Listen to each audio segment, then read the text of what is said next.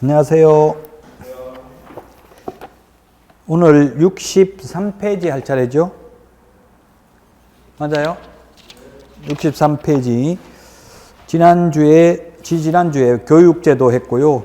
교육제도가 5가지 교육이 있었습니다.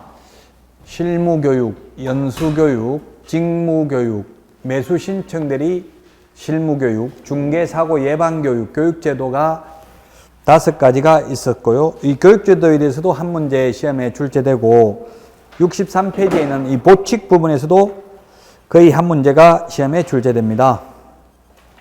먼저 업무 위탁인데 실무교육입니다. 실무교육은 원래 시도지사가 실시를 합니다. 원칙은 그 위탁자라는 말은 맡기는 사람이죠. 원래 시도지사가 해야 되는데 맡기는 사람은 시도지사하고 수탁자, 실무교육을 실제로 맡아서 하는 곳은 3군데가 있습니다. 부동산 관련 학과가 개설된 대학 또는 전문대학인데요. 뭐 어떤 대학에서 하는지는 시험에 물론 안 나오겠지만 지금 서울 같으면 건국대, 명지대, 동국대 뭐 이런 데서 하고 있고요. 제가 오늘도 인천에 있는 인하대에서 실무교육을 하고 왔어요. 그 다음에 저희 평택대 뭐 이런 데 여러 군데 대학에 지금 위탁이 되어 있습니다. 위탁 받고 싶으면 신청을 해야 됩니다. 시도지사에게. 그 현실적으로는 시도지사가 하지 않고 이렇게 대학이나 전문대학에 위탁할 수 있고요. 그 다음에 동그라미 2번에 있는 것처럼 협회에 위탁할 수 있습니다. 지금 협회는 2개 있습니다. 한국공인중개사협회와 세대한공인중개사협회가 있습니다. 2군데 위탁할 수 있고요.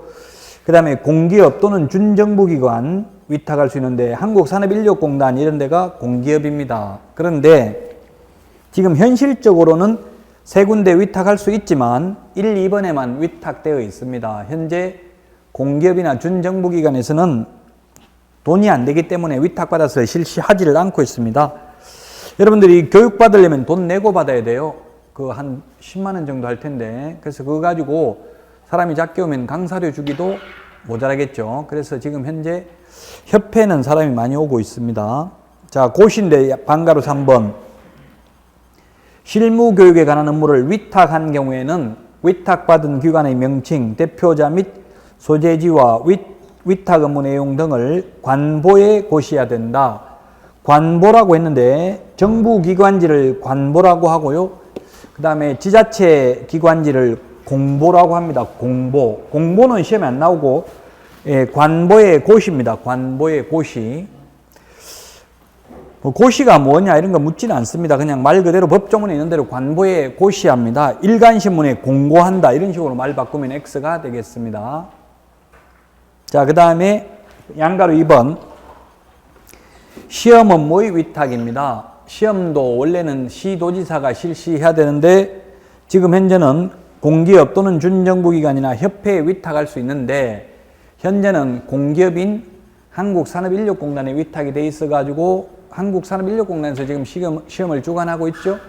그러나 자격증은 서울특별시장 명의로 나옵니다. 여러분들은 만약 주소지가 서울에 되어 있다면 비록 한국산업인력공단에 위탁이 되어 있다 하더라도 원래는 시도지사가 실시해야 되기 때문에 그렇습니다. 역시 시험 업무도 고시를 해야 됩니다. 위탁한 때는 위탁받은 기관의 명칭, 대표자 및 소재지와 위탁 업무의 내용 등을 관보에 고시하여야 한다. 자, 그러면 지금까지 업무 위탁에 대해서 말씀드렸는데 다시 한번 그러면은 정리를 해보겠습니다. 업무 위탁. 했던 말씀을 다시 한번 정리하는 겁니다. 자, 업무 위탁이 있는데 첫 번째 실무교육 위탁입니다. 실무교육. 원래는 실무교육을 시도지사가 실시해야 되는데 실무교육을 부동산 관련 학과가 개설된 대학이나 전문대에 위탁할 수 있고요. 그 다음에 물론 전문대, 대학, 뭐 통신대, 방송통신대 뭐 이런 데 다 위탁할 수 있습니다. 그 다음에 협회, 공인중개사 협회에 위탁할 수 있습니다. 그 다음에 공기업 또는 준정부기관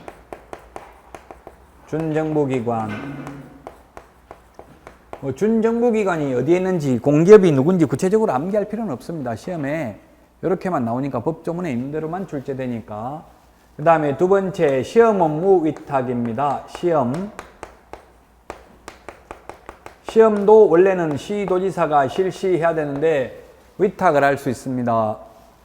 공기업 또는 준정부기관, 공기업 또는 준정부기관, 그 다음에 협회에 위탁할 수 있습니다. 협회에 위탁하면 협회에서는 시험을 쉽게 출제할까요? 어렵게 출제할까요? 그거는 뭐 아직 한 번도 출제해보지 않아서 단정적으로 말하기는 어렵습니다만은 15회 시험에 이게 어렵게 출제돼가지고 16회부터 이게 협회에도 위탁할 수 있다 이런 조문이 생기니까 수험생들이 데모하고 그랬어요. 협회에서 하면 어렵게 출제할 것이라고 예측하고, 물론 협회 회장하고 제가 옛날에 실무교육 하면서 뭐 밥 먹고 이야기를 해보니까 그런 이야기를 하더라고요. 15회 때나 합격자가 적으니까 큰일 났네. 올해는 손님 받아야 되는데 이래가지고 장사하기는 힘들겠다 이러더라고요. 그래서 합격자가 많이 나오기를 바랍니다. 협회 회장이나 임직원들은. 그러나 협회 회원들은 많이 합격을 안 하기를 바라겠죠? 그 협회 회원 마음하고 협회 회장 마음하고는 다르다고요. 그래서 쉽게 낼지 어렵게 낼지는 모르겠지만 어쨌든 위탁할 수는 있는데 아직 한 번도 협회에 위탁한 적은 없습니다.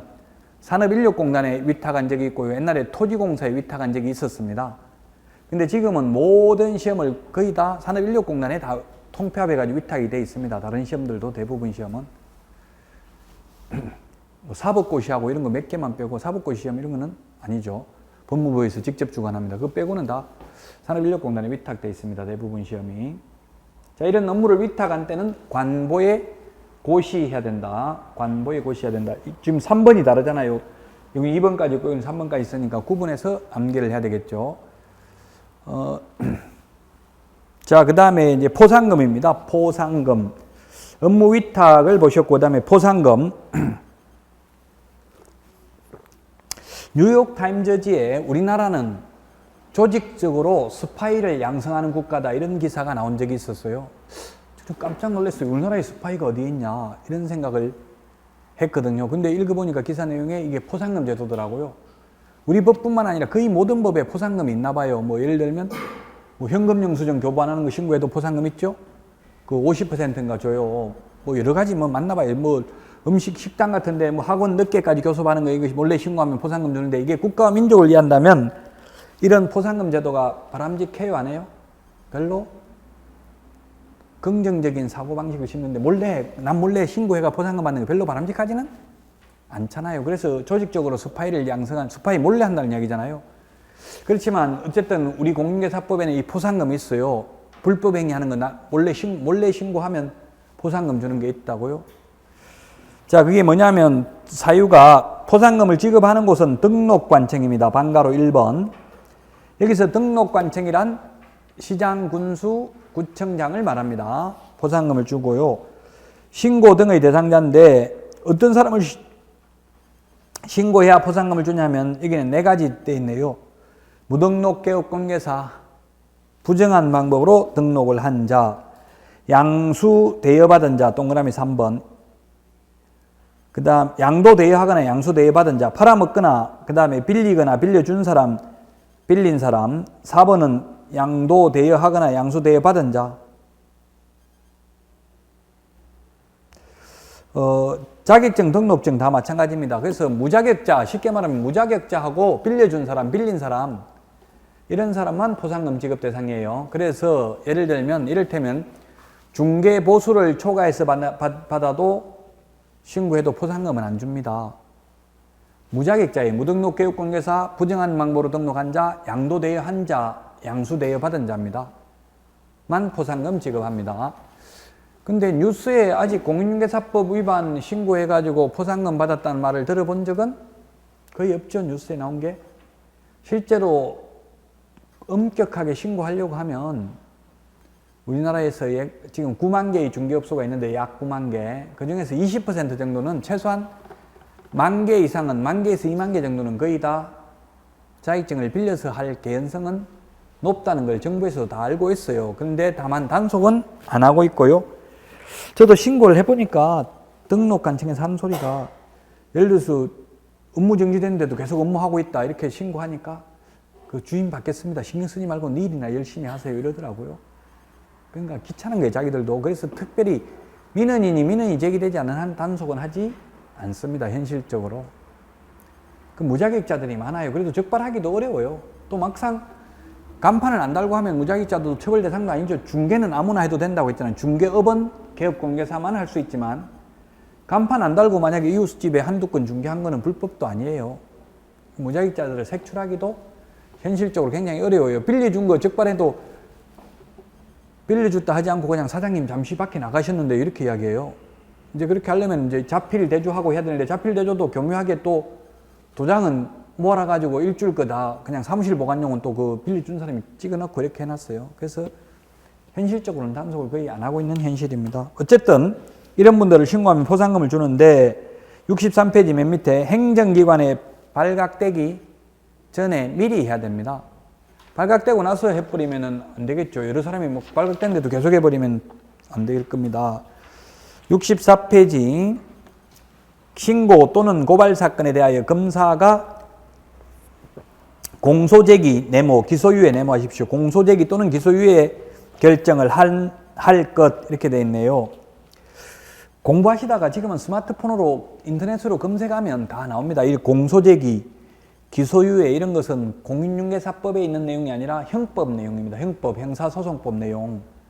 그 제가 다 일일이 설명을 못하고 넘어갈 수도 있어요. 그럼 모르는 단어가 나오면 네이버나 다음에 검색을 일단 해보시라고요. 공부하는 요령이. 자꾸 나중에 한다면 안 되고 궁금할 때 그냥 수업 시간에 제가 인터넷, 컴퓨터, 휴대폰 보더라도 말 안 할게요. 보세요.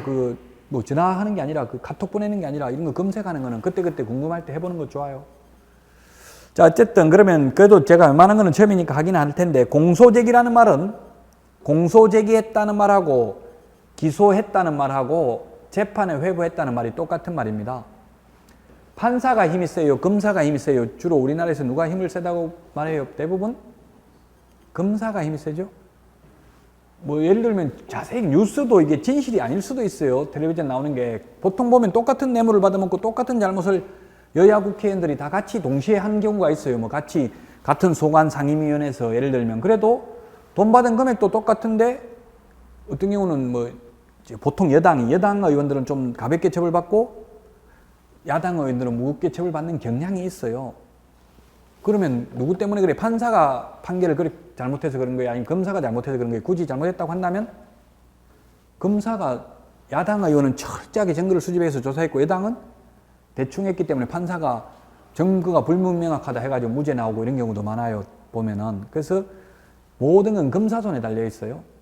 조심해야 돼. 검사한테 조사받을 때. 얼마 전에 뉴스 보니까 경찰한테 뭐 일부러 욕하고 뭐 이래가지고 경찰이 사진 찍었더라고. 손 뒤틀린 것처럼. 그래서 공무 집행방해로 해가지고 구속돼가지고 조사받고 하더라고. 억울하게. 사진을 교묘하게 그 비디오를 찍어가지고 때린 것처럼 해가지고 실제 때리지도 않았는데.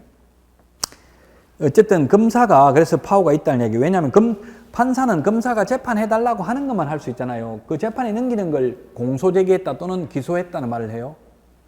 그러면 아예 검사선에서 재판 넘기지도 않고 자기 선에서 마무리 짓는 걸 기소유예라고 그래요.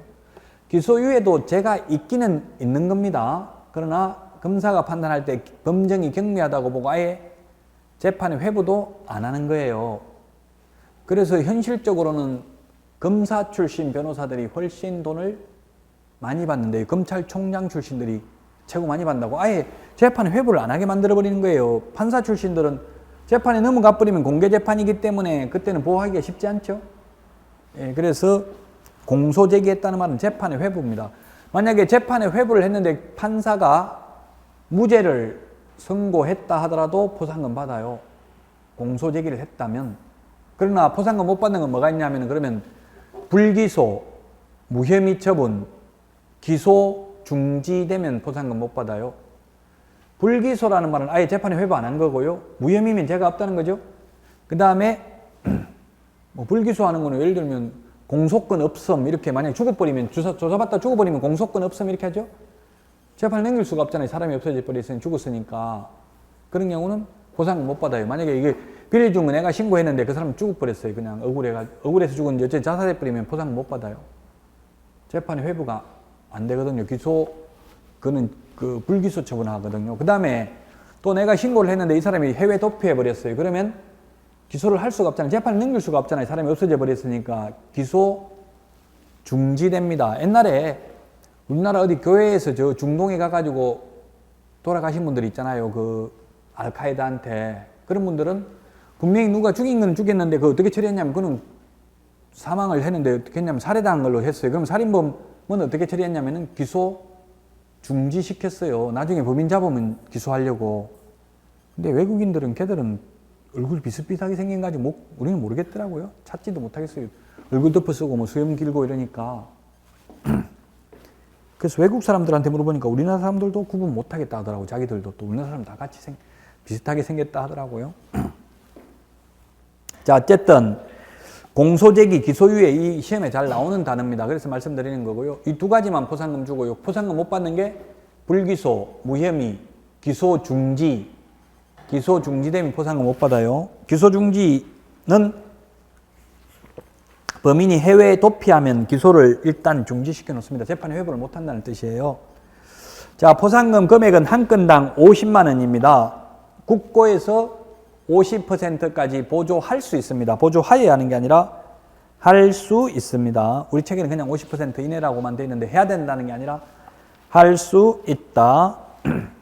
그 다음에 양가로 위반 포상금을 받으려면 신고자가 등록관청, 즉 시장, 군수, 구청장에게 지급 신청을 해야 되고요. 권리위에 잠자는 자는 보호되지 않습니다. 법은 무조건 받을 거는 무조건 달라고 해야 됩니다. 가만히 있는데 주지는 않아요. 뭐든지.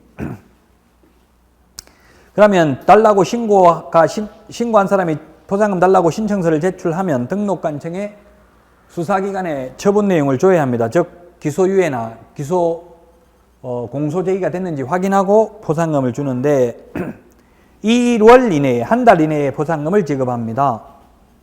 방가로 2번 공동신고입니다. 하나의 사건에 대하여 2인 이상이 공동으로 신고 또는 고발한 경우에는 미리 합의한 사실이 없으면 균등하게 배분한다. 균등 배분. 각각 50만씩 지급한다 하면 X라고요.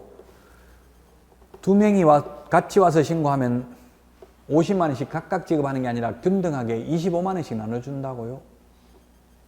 만약에 각각 준다고 하면 10명 데리고 가면 500만 원 받는 거죠. 그래서 균등하게 나눠서 준다고요. 5명이 오면 10만 원씩 준다고요. 복수신고. 근데 여러 건이 접수가 됐어요. 어제도 신고하고 오늘도 신고하고 내일도 신고하고 이렇게 여러 건의 신고가 접수되었을 경우에는 최초로 신고한 자에게만 지급합니다.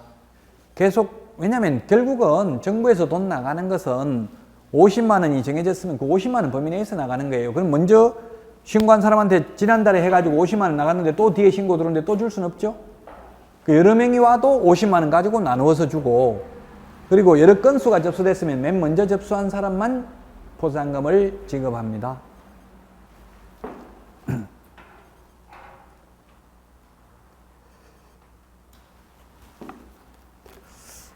자, 다음은 수수료입니다. 수수료.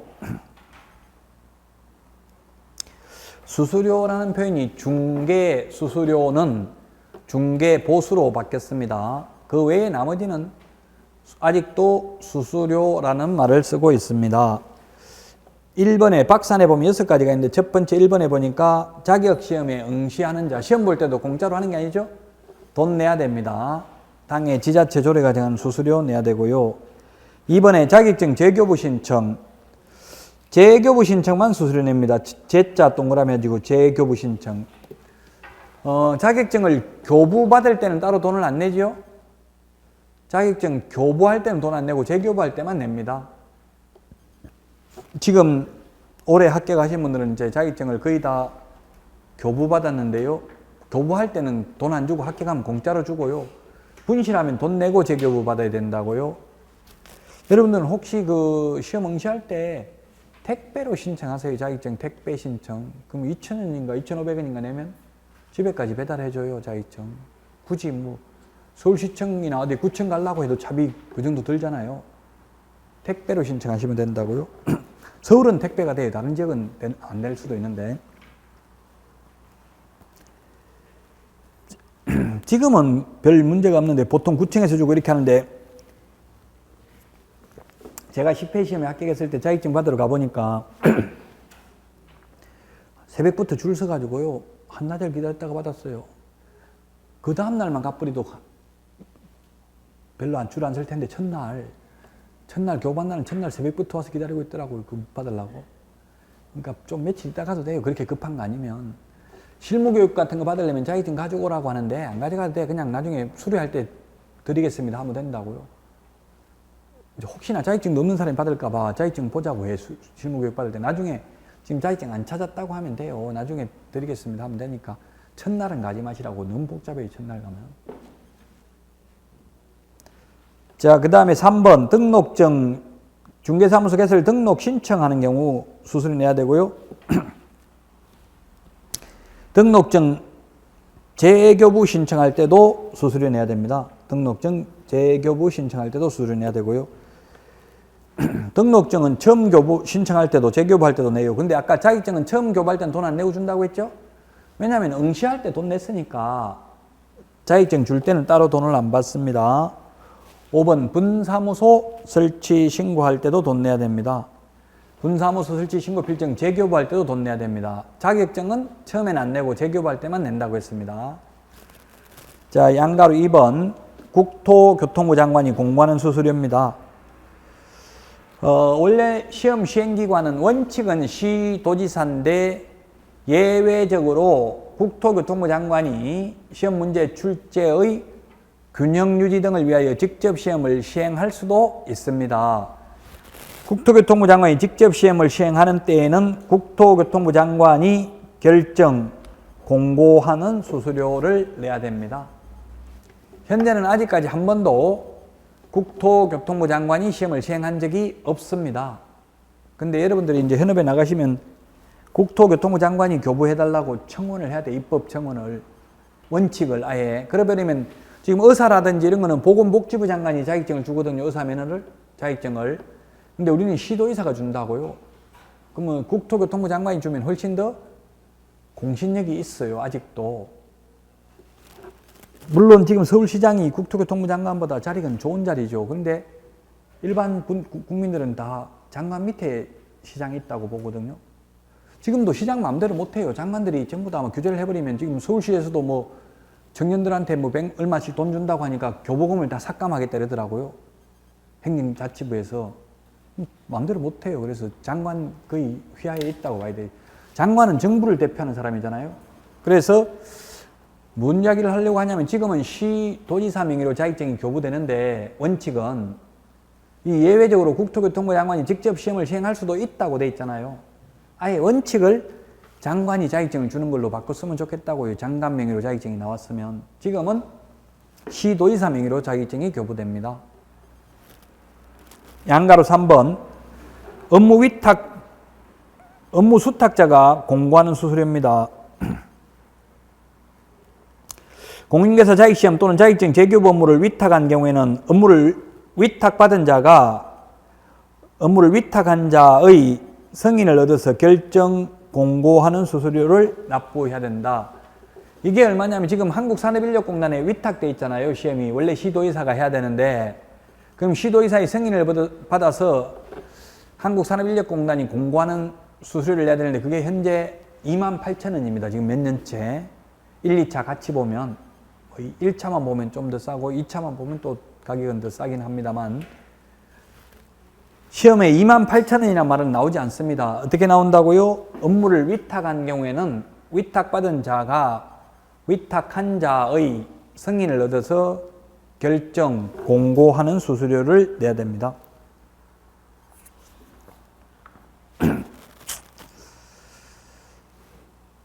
자, 그래서 지금 오늘 한 내용이 보칙, 업무 위탁, 그 다음에 포상금, 그리고 수수료. 이 중에서 한 문제는 시험에 출제됩니다. 2차 과목들은 단순히 암기하는 내용이 크게 리갈 마인드를 요하지 않아요. 리갈 마인드.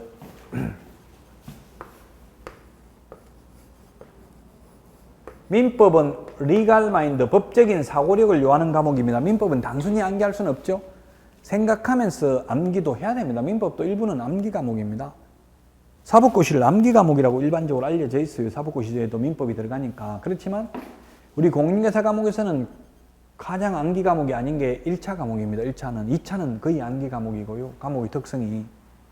그러다 보니까 강의하는 스타일도 달라요. 1차하고 2차하고는. 1차는 사례 중심으로, 나중에 가면 가벌병정 막 이런 거 사례 중심으로 그림을 그리면서 하고, 우리는 그냥 단순히 사례가 거의 안 나옵니다. 공인중개사법은 거의 암기하는 게 나옵니다. 공법 같은 것도 크게 사례가 나오지는 않습니다. 사법고시 같으면 행정법에 이런 게 어떻게 나오냐면, 사법고시는 뭐 예를 들면 이런 식으로 나온다고. 뭐 확인 설명서를 교부하지 않아 가지고 업무정지 3개월을 받았다. 여기에 불복하는 절차에 대해서 논하시오. 어떻게 하면 이걸 불복해 가지고 어떻게 그걸 할 수 있는지. 뭐 그러면 행정심판을 청구하고 이의신청하고 행정심판 청구하고 행정소송 제기하고 뭐 이런 걸 쓰면 되잖아요. 예를 들면. 그런데 사법고시는 그렇게 나오는데 우리 공인중개사법은 그런 거 안 나온다고요. 뭐 위반하면 업무정지 3개월이다 6개월이다 그냥 단순히 암기하는 거 나온다고요. 어떨 때 수수료 내야 되냐. 예를 들면 지금 수수료 내는 거 쭉 말했는데 지금 수수료 안 내는 거, 예를 들면 보기에 5개를 넣을 수 있다고 폐업신고, 휴업신고, 폐업신고 이런 건 수수료 안 내잖아요. 그럼 다음 중 당해 지자체 조례가 정하는 수수료를 납부하지 않는 경우는 몇 번인가 이런 식으로 문제 낸다고요. 단순히 암기예요. 그래서 이 과목은 시험 볼 때까지 결석만 안 하고 수업 다 들으면 무조건 아무리 공부 안 해도 70점은 나오고요. 쉽게 시험이 나오면 80점 이상 나옵니다. 근데 작년에 올해 2회 연속 공인중개사법 이게 쉽게 출제됐어요. 그러면 올해는, 내년에는 어렵게 나올 가능성이 아주 높아요. 지금 1차는 보면 한 해 민법이 쉬웠으면 이제 올해 시험은 학개론이 좀 쉽고 민법이 어려웠거든요. 그럼 작년에는, 내년에 여러분이 볼 때는 학개론이 좀 어렵고 민법이 쉬울 가능성이 높아요. 그 1차는 해마다 그렇게 나왔어요. 한 과목 어려우면 그 다음에 반대로. 근데 2차는 명확하게 그렇게 나오지 않고요. 2차는 3과목인데 3과목 중에 한 과목만 어렵게 나옵니다. 한 과목이. 공법 같은 거 이런 게 이제 어렵게 나오면 다, 공법 같은 거는 법조문에 있는 데서 나오는데 우리가 그동안 중요하게 다루지 않았던 부분에서 나오면 그게 어려운 거죠. 그래서 2차 과목은 3과목 중에서 한 과목이 어렵게 나오는데 그게 뭐가 될지 예단하기가 좀 어려워요. 공법이 지금 2년 연속 어려웠어요. 올해 작년에. 중개사법 2년 연속 쉬웠어요.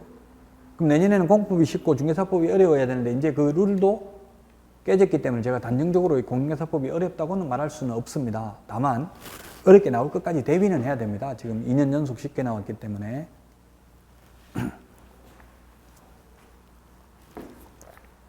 자, 여기까지 업무위탁, 수수료, 포상금, 여기까지 한 문제 시험에 출제되고요. 65페이지 협회에 대해서 시험에 역시 한 문제 출제됩니다. 별로 안 중요한 거예요. 협회는. 지금 협회 내용이 굉장히 많아요. 그 많은 내용 중에서 한 문제니까 우리 공인중개사법에서 가장 안 중요한 파트가 공인중개사 시험 제도하고 바로 협회하고 두 군데 파트입니다. 그 이유는 시험 제도는 시험을 보러 오는 사람은 일단 시험 제도는 거의 알고 있죠. 그래서 별로 안 중요하고요.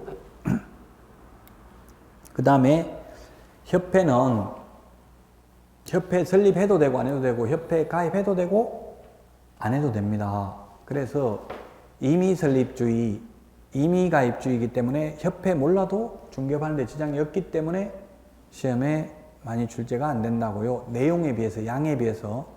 그런데 협회 전체에서 한 문제는 시험에 출제가 됩니다. 자, 65페이지 협회의 설립 목적입니다. 양가로 1번. 개업공개사는 그 자질 향상 및 품위 유지와 중개업에 관한 제도의 개선 및 운영에 관한 업무를 효율적으로 수행하기 위해서 협회를 설립할 수 있다. 할 수 있다 밑줄 치십시오. 반대로 하면 안 할 수도 있습니다.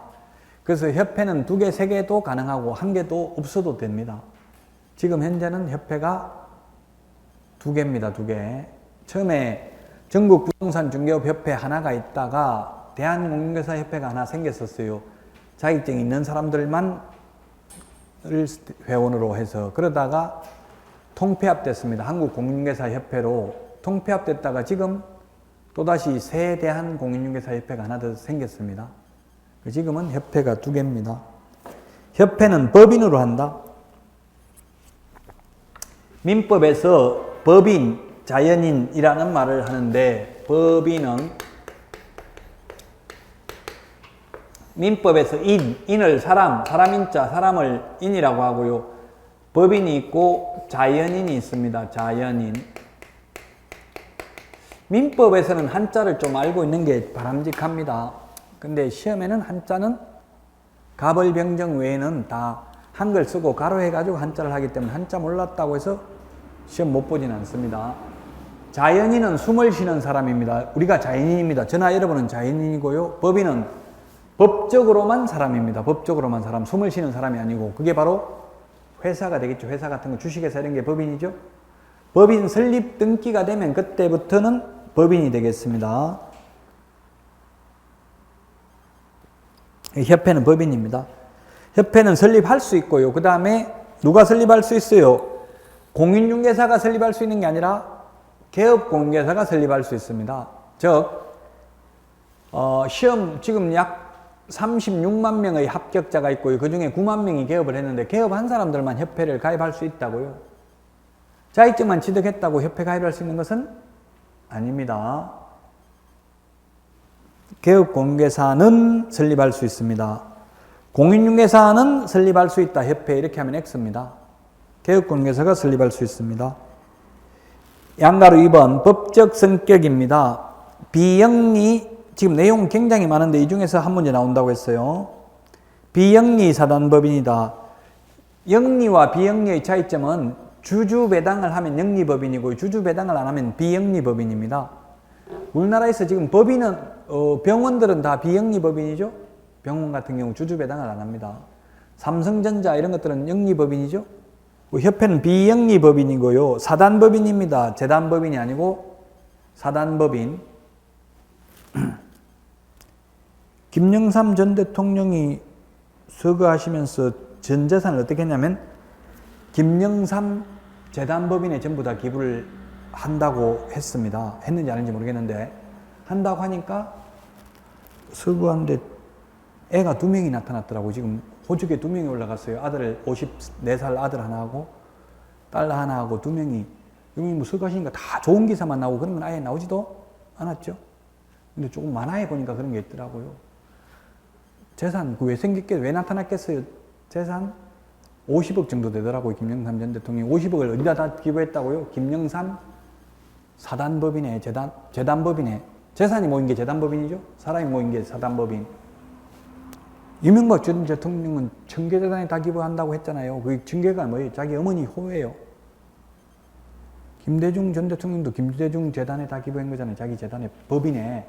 자연인은 죽었지만 법인을 만든 거예요. 그래서 거기 다 기부한 거예요. 그 법적으로 사람.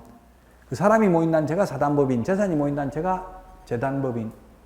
노무현 재단도 있죠. 노무현 재단법인도 있어요. 그 재산이 모인 단체가 재단법인, 사람이 모인 단체가 사단법인입니다. 협회는 비영리 사단법인입니다. 재단법인이 아니고. 그 다음에 인가주의입니다. 인가라는 말을 쓰는 건 공인중개사법상 여기밖에 없습니다. 인가라는 말을 쓰는 것은 인가라는 말은 오직 협회 설립 인가 한 번밖에 없다고요. 근데 시험에 어떻게 나왔냐면 협회 설립하려면 허가 받아야 된다. 국토교통부 장관 X입니다. 인가 받아야 됩니다. 공인중개사법에 허가라는 말은 전혀 없습니다.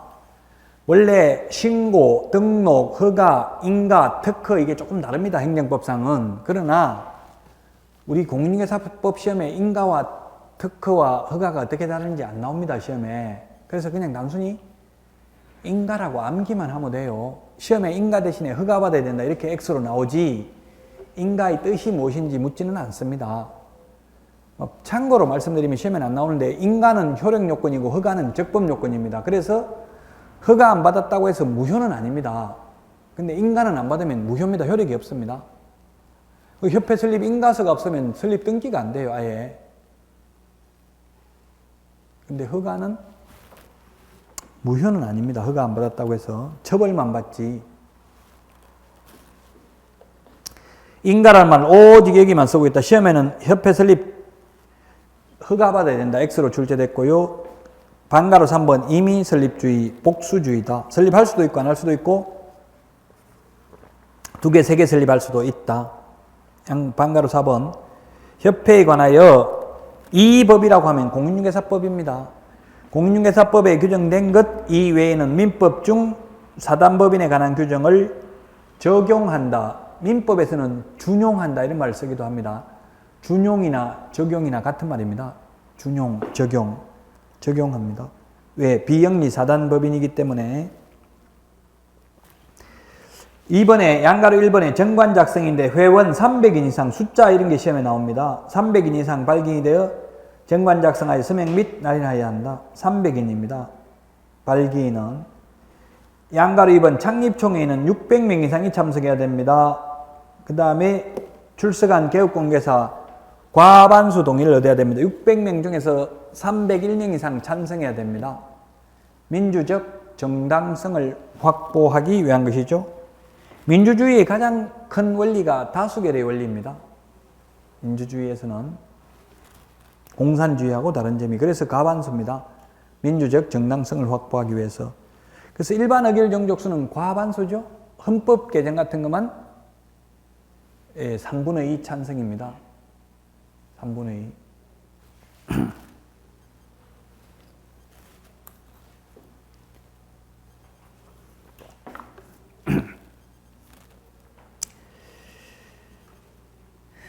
(600명) 이상이고요. 그 다음에 동그라미 2번 600명 중에서 서울특별시에서 100명 이상, 광역시 및 도에서 20인 이상 개업공개사가 참석해서 국토교통부 장관의 설립 인가를 받아서 등기함으로써 성립합니다. 시험에 인가받음으로써 성립한다. X로 출제됐습니다. 인가 플러스 설립, 등기하여야 합니다.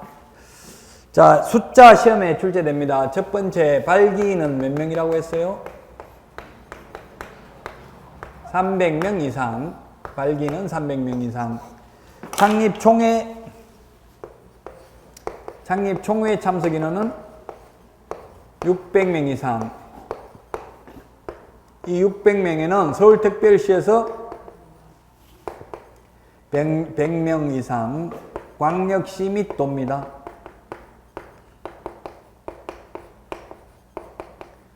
광역시 및 도가 우리나라에 15개가 있죠. 15개에 몇 명이어야 돼요? 20명? 곱하기 15개면 300명이네요. 서울에서 100명, 600명 중에서 전국에 골고루 분포돼야 된다고요. 그래서 시험에 어떻게 출제됐냐면은, 시험은 그냥 단순하게 출제돼서 이렇게 다음 가로 안에 들어가야 될 숫자로 바르게 연결된 것은 이렇게 시험에 출제됐어요. 숫자 암기해야 됩니다.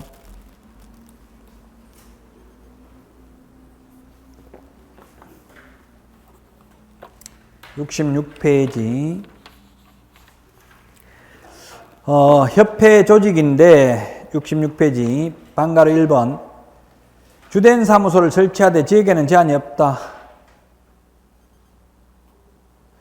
옛날에는 서울특별시에 주된 사무소를 두어야 한다 이렇게 돼 있었다고 협회가. 근데 지금은 협회 주된 사무소를 어디에 두든 상관없습니다. 왜? 지방 분권화 정책 때문에 그렇죠. 그 노무현 전 대통령 시절에 지방 분권화가 시작돼가지고 뭐 혁신도시, 기업도시 이런 게 생긴 게 다 지방 분권화와 관련돼 있잖아요. 세종자치시 이런 거 생긴 게. 그래서 꼭 서울이 아니라도 상관없다. 그래서 현재 한국공인중개사협회는 서울특별시 관악구 봉천 8동 옛날 주소로 하면 지금은 주소가 바뀌어서 모르겠어요. 도로명으로 바뀌고 또 봉천동이 여러 개 동으로 바뀌었거든요. 어쨌든 서울에 없어도 돼요. 그래서 세대한공인중개사협회는 아마 부산에 주된 사무소가 있을 거예요. 꼭 서울에 없어도 된다. 글씨체를 진하게 해놨잖아요. 이게 중요하다고요. 그 다음에 반가로 2번 지부 및 지회입니다. 정관이 정하는 바에 따라 서울특별시, 광역시, 도의 지부를 시군구의 지회를 둘 수 있다. 반대로 하면 안 둘 수도 있다. 동그라미 2번 협회가 지부를 설치한 때에는 시도지사에게 지회를 설치한 때에는 등록관청에 신고하여야 한다. 제가 한때에는 강조했는데 시험에 출제됐거든요. 설치한 때에는 이 대신에 설치할 때에는 해서 X로 출제됐어요. 시험 기출문제에. 사후 신고라고요. 설치한 때 신고해야 된다고요. 기출문제 이렇게 출제됐다고요. 설치할 때 미리 신고하는 게 아니라 설치한 때 지부는 시도지사에게 지회는 등록관청에 신고하여야 합니다.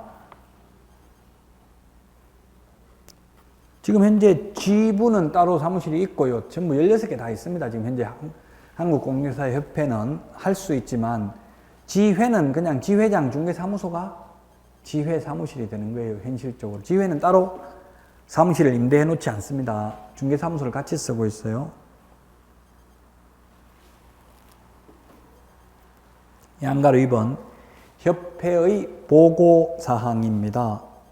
협회는 총회 의결 내용을 지체 없이 국토교통부 장관에게 보고해야 됩니다. 지체 없이 보고입니다. 지체 없이 보고. 총회 의결 내용. 지체 없이 보고인데 이걸 뭐 예를 들어서 5일 이내 보고 이렇게 하면 X입니다. 아까 우리 지난 시간에 했는데 자격 취소 같은 경우는 5일 이내 보고입니다. 근데 총회 의결 내용은 지체 없이 보고합니다.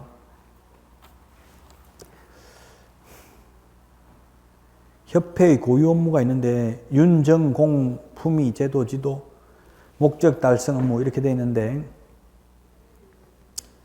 저도 이게 윤이 무슨 말인지 잘 모르겠어요. 사실 제가 책을 안 써서 정확하게는 모르겠는데 어쨌든 시험에는 거의 안 나왔으니까 이렇게 출제되어 있어요. 시험에 어떻게 나오냐면 다음 중 협회의 고유 업무가 아닌 것은 이렇게 해가지고 시험에 출제됐어요.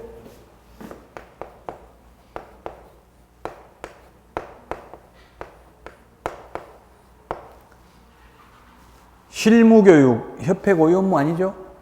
실무교육, 협회 고유 업무 아닙니다. 시험 출제, 시험 업무도 고유 업무 아닙니다. 이런 것은 수탁 업무잖아요. 원래 실무교육 시도의사가 실시해야 되고 시험도 시도의사가 실시해야 되는데 협회에 위탁할 수 있죠? 이런 것이 고유 업무가 아닙니다. 이 품위유지 이런 게 고유 업무인데요. 그래서 제가 협회에서 품위유지한 게 뭐가 있습니까? 이렇게 질의를 했더니만 지금 협회 회장이 또 바뀌었는데 또 소송하고 난리더라고. 한 번도 제대로 임기를 채우질 못해요. 최근에는. 왜 그렇게 했어요? 민주화돼서 그래. 민주화돼서. 이제 인터넷이 있으니까 전부 뭐 네이버 밴드 막 이런 거 카페 이런 게 있어가지고 전부 이제 투명해져가지고 옛날에는 회장이 비리가 많았다는 이야기죠. 그래서 지금 임기를 다 못 채우고 또 당선됐는데 그마저도 또 소송 제기되고 있더라고요. 그 품위유지는 뭐가 했냐, 뭘 품위유지 했냐 물어보니까 옛날에 이한동 전 국무총리가 무슨 이야기를 했냐면 이한동 전 국무총리가 DJ하고 DJP가 약속한 거 뭐 어떻게 약속했나 봐요. 뭐 어떻게 합당하기로 약속했는지 뭘 약속했는지 모르겠는데 DJP가 한 약속은 복덕방에서 작성한 계약서 맛도 못하다 이렇게 이야기를 했어요. 구글 9시 뉴스에 나와서 그러면 복덕방도 품위를 훼손했고 그러면 중개사무소에서 읽는 계약서는 개판이라는 이야기죠. 그거보다도 못하다 이랬으니까 그건 얼마나 안 좋다는 이야기잖아요. 뭐 대충 쓴다는 이야기잖아요. 그래가지고 항의서한을 보냈어. 이한동 총리한테 사과하라. 9만 개업공개사를 우롱하는 처사다 이렇게 했는데 사과 안 하더라고. 이한동 총리 사과 안 했어요. 뭐 유감이다. 유감이다. 이거는 사과라고 볼 수 없죠. 유감이다. 이 말은 감정이 있다. 이 말이죠. 다음에 가만 안 두겠다. 이런 뜻이 포함되어 있을 수도 있어요. 어쨌든 그렇게 무슨 뭐 개업공개사 품위유지 그런 게 품위유지래요. 시험에는 딱 2번 출제됐다고. 다음 중 협회의 고유 업무가 아닌 것 뭐가 있다고요? 아닌 걸 암기하는 게 더 차라리 나아요. 실무교육은 시도의사 업무인데 위탁받아서 하고 있다고요. 시험 업무도 마찬가지죠. 고유 업무 아니죠. 자, 그 다음에 그 수탁 업무, 그 2가지가 있는데, 그건 수탁 업무, 위탁 업무. 시험에는 수탁 업무인데 또 다른 말로 위탁 업무라고 나올 수도 있어요. 그건 왜냐면 수탁은 받을 숫자잖아요. 맡아서 하는 사람 입장에서 보면 수탁 업무고, 맡기는 쪽에서 보면 위탁 업무가 되겠죠? 똑같은 정반대말인데도 시험에는 같은 의미로 나올 수가 있다고요. 수타근무, 위타근무가. 주어를 누구로 하느냐에 따라 달려 있다고 하죠. 여러분도 법적 책임을 안 지려면 정치인들은 보니까 주어를 말 잘 안 하더라고요. 주어를 말해버리면 책임져야 되잖아요. 누가 뭐 했다 하면은. 그 주어를 생략하는 게 좋아요. 정치적인 표현을 쓸 때는. 책임 안 지려면. 양가루 3번 공제사업입니다. 공제사업은 임의성인데 공제사업이라는 게 뭐냐면 이게 좀 읽어보고 다시 말씀드리겠습니다. 공제사업, 공제. 공동으로 구제한다 이 뜻이죠. 공제라는 말이 공동구제. 그게 무슨 말이냐면 이게 보험하고 똑같은 거예요. 일종의 보험하고. 다른 점은 보통 일반 사람들은 자동차 보험을 가입하는데 개인 택시는 개인 택시 공제조합에 가입하지 공제에. 그 상부상조 옛날에 우리 선조들 두레, 개 이런 거하고 비슷한 거예요. 여러 사람이 돈 모았다가 그 회원 중에 한 명이 사고 나면 그 사람 왕창 몰아가지고 손해배상 해주는 거예요. 공제. 공동으로 구제해 주는 거예요. 그게 공제사업인데 그래서 우리 지금 공인중개사들도 개업을 하고 나면은 보증보험이나 공제나 공탁이나 세 개 중에 하나 가입을 해야 돼요. 거의 다 99%가 협회 공제 가입하고 있어요. 보험하고 같은 성격이죠. 공제사업은 안 해도 되고 해도 됩니다. 방가로 1번 임의성입니다. 다만 공제사업을 할 수 있는데 동그라미 2번에 보면은 비영리 사업으로서 회원 상호 간의 부조를 목적으로 한다. 비영리 사업입니다. 남기면 안 됩니다. 그럼 만약에 여러분들이 협회 회원이 아니면서 협회 공제 가입할 수 있다 없다? 가입할 수 있습니다. 회원 상호간이라고 했는데 이때 회원은 공제 회원 상호간이에요. 협회 회원 상호간이 아니고 그 협회 회원으로는 가입 안 하면서 공제는 협회에서 운영하는 공제는 가입할 수도 있다는 이야기입니다. 방가루 2번 공제규정의 성인입니다. 협회가 공제사업을 하고자 하는 때에는 공제규정을 제정하여 국토교통부 장관의 승인을 얻어야 된다. 공제규정을 변경하고자 하는 때도 또한 같다. 또한 같다는 말은 역시 뭐 해야 된다? 승인받아야 된다 이 뜻이죠. 국토교통부 장관. 모든 결정 절차와 그 변경 절차는 같습니다. 처음에 승인받았기 때문에 변경할 때도 승인받습니다. 방가로 3번 공제규정의 내용입니다. 동그라미 1번 공제사업의 범위, 공제계약의 내용이 있는데 공제금, 공제료 등이고요. 회계규정은 손해배상기금과 복지기금을 구분해야 되고 3번이 중요합니다. 책임준비금은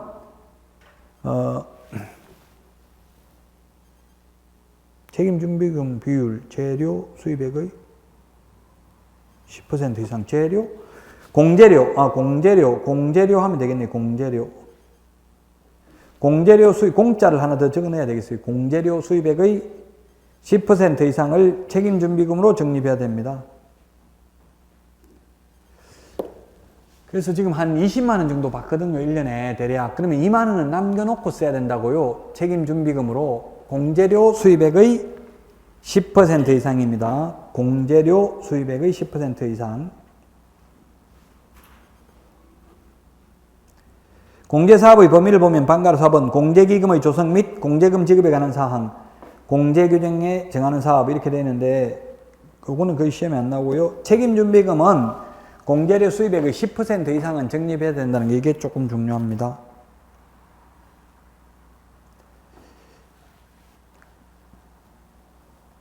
그 다음에 거기에 5번, 방가로 5번까지 하고 쉬었다 하겠습니다. 67페이지 메뉴에 보면 회계 관리인데 공제사업은 별도의 회계로 관리해야 되고요. 재무건전성을 유지하기 위해서 지급 여력 비율은 100분의 100 이상으로 유지해야 한다.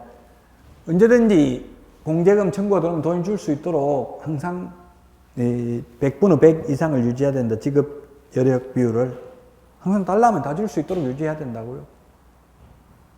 자, 여기까지 하고 방가로 6번 책임준비금의 전용부터 쉬었다가 하도록 하겠습니다.